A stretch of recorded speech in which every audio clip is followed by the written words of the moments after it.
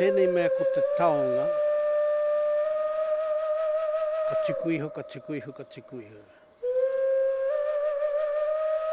We as Māori people have this thing about taonga travel the world. They're like road maps, they tell us where to go. But this taonga returns, like all taonga.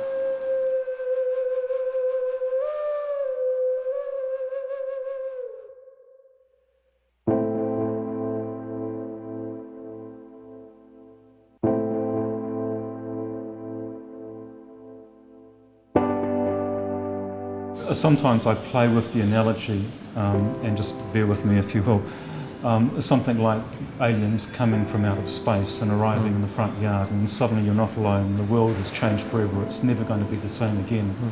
Well, Te Pahi grew up in that world where aliens came across the seas, they arrived on our shores, never before seen, and in that moment everything changed and it would never ever be the same.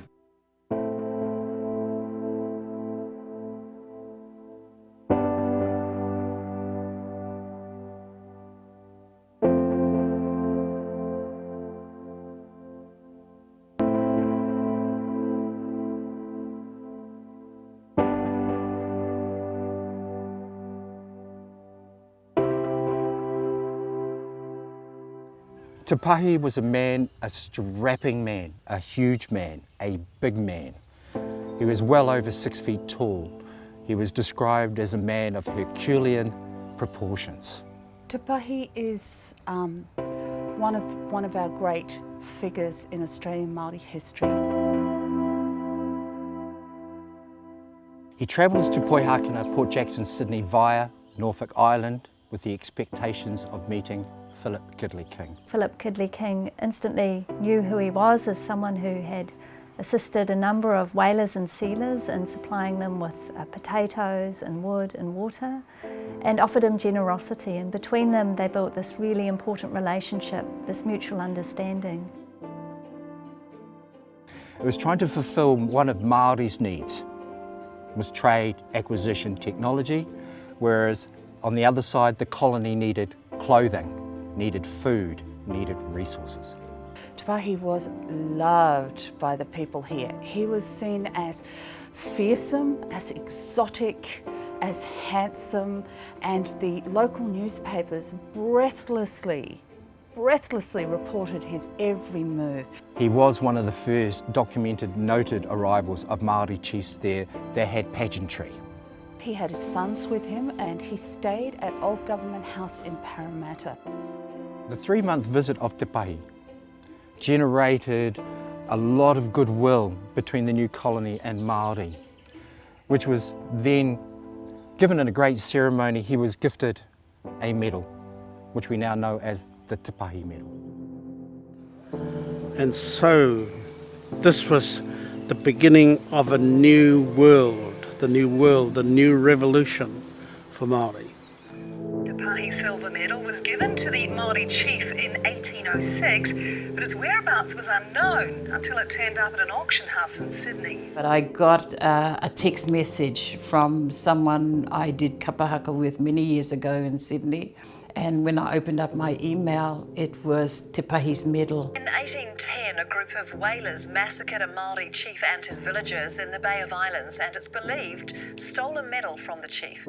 This year, that medal turned up in Australia and was put up for auction. It had been kept safely in a bank vault and had been part of the family history, and the generation who were now the custodians of it asked us to offer it for sale, which we did in May of this year. They go, well, what are you going to do? I said, I have to try and get the medal of Sotheby's.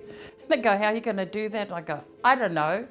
Marcia came round to my room and we had a chat about what to do. The first thing she needed was a team of solicitors to get involved. We first became involved with the Te Pahi medal and its recovery when we were contacted by Barrister Ben. He had been contacted by Marcia and she had asked for assistance in relation to the proposed sale of the Te Pahi medal by Sotheby's. And when it came to the issue of provenance, the highest that Sotheby was able to put it was possibly John Peter Dumoulin in Auckland.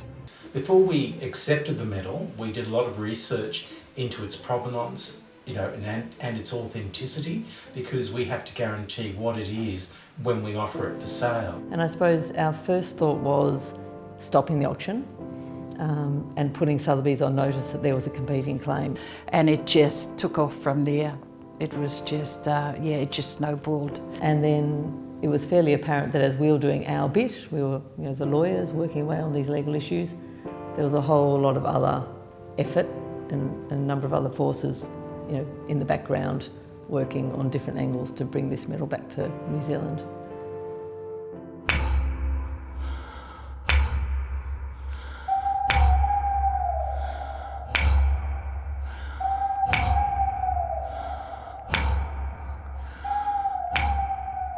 Well, first of all, I was really excited to see that it was still around. There are no taonga associated with Te Pahi in existence as far as we know. Then Deirdre gave me a call there too and said, oh look, this is coming up and it's really significant. So I wrote to Arapata and I said, this is an important taonga to us but also to our nation. It is meaning for our people and we'll bring them back together again. It belongs to an important rangatira and it was part of an important gift. It recognises the sovereignty of the Crown but also the sovereignty of Māori people.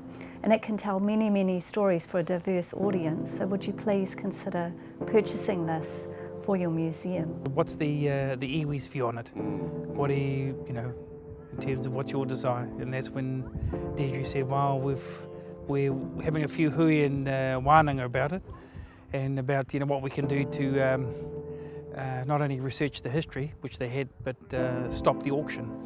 I also went back to the historical accounts to try and find out a bit more about the medal. And I went back to a book that I'd recently been looking at by, it was a journal by James Finucane, who was present in 1810 on an attack on Te Pahi's island Pa. He was there on the 9th of April.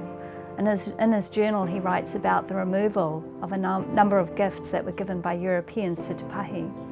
And I started to wonder, was this medal one of the things that was stolen at this time?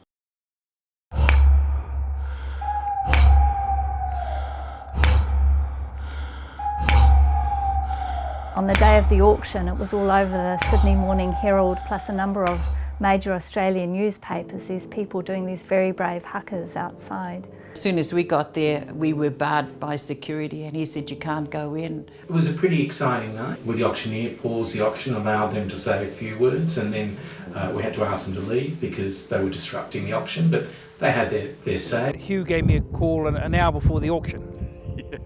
And he said, Arapata, we've tried everything. Is there anything can you do anything? I said, yep, of course we can. We already had placed one of our agents, one of our people working for us in the Auckland Museum in the auction. It went from sort of drizzly and it was like a side gale.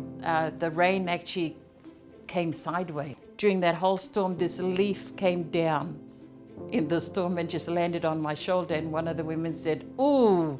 She said, that's our tupuna. I recall that night quite well. There was a large storm. It was a pretty dramatic night. I was sitting in the pub with all my choir mates, watching it on the iPad, and we were going, yes, yes, yes, and then it went, and it's like, but you can't tell whose the bid is. We got in the car and we were on the way home, and I got a text from Joe to say we got the taonga back. The Te Papa and Auckland Museum got it back. It was quite an emotional experience being involved in that, because we had invested, quite a lot of energy within a very short period of time, but we really wanted to do as much as we can to try to bring the medal home to New Zealand. Yep. And it was such an emotional outcome when we found out that both museums had purchased it. We were incredibly happy.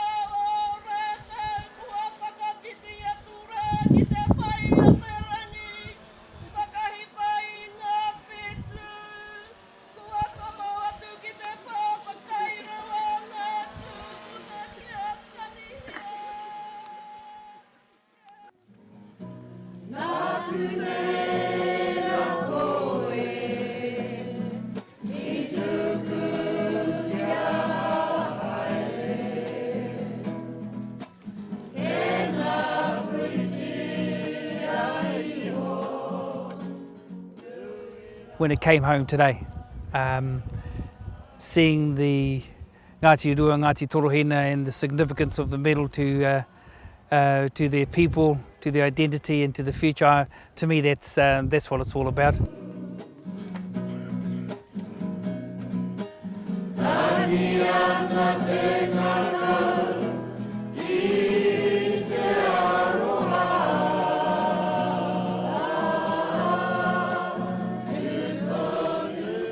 Now in Te Pahi's case, he had a relationship with the governor in Sydney, Philip King.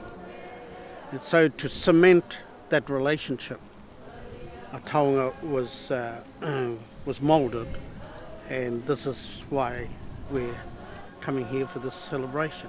The return of that taonga since 1810. It's been away from New Zealand, and now it's making its journey home. We've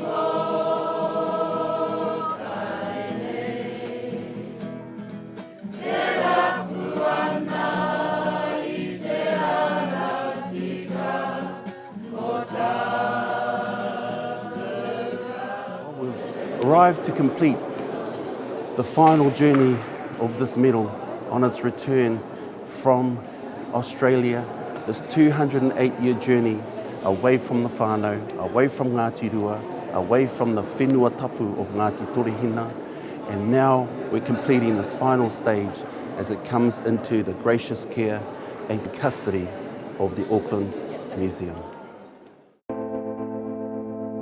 The return of the Te Pahi medal is important on a national level. It comes to us at a time when Māori are questioning whether or not they had ceded their sovereignty to the Crown. And here is an object, a tiny object with a very big story to tell about the recognition of Māori sovereignty by the British Crown pre-treaty. So it has a constitutional importance. I think its historical importance is that it speaks of a pact that was made between two very important leaders, one based in Sydney and the other one based in Aotearoa, New Zealand, based on mutual respect. And these are the sorts of relationships that we're still striving towards today. It's a relationship of understanding, of mutual respect, respect for each other's sovereignty, of seeing opportunity in each other's culture.